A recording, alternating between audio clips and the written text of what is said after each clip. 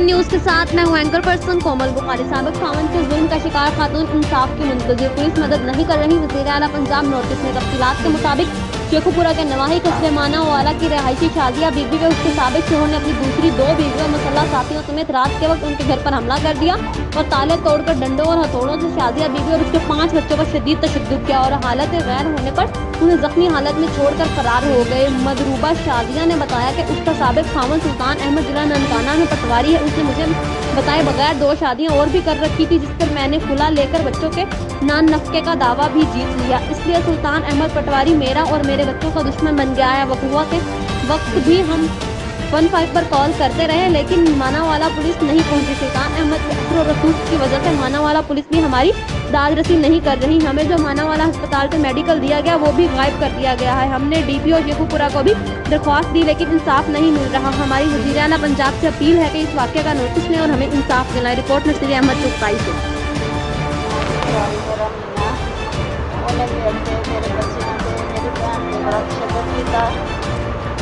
घर आके सानू मारिया, अपनी बेटियां दो बेटियां के बच्चों ने रल के मारिया।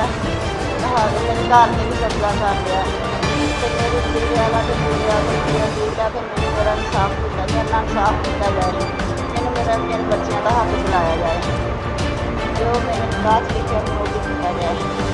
मैं उन्होंने अपील करती हूँ मेरे ना इंसाफ कर। थाने वाले की मेरी कोई इमदाद नहीं की, 15 से कार की मेरी कोई इमदाद नहीं किसी की। लिहाजा मेरे ना उन्होंने बड़ा तशद्दुद किया है।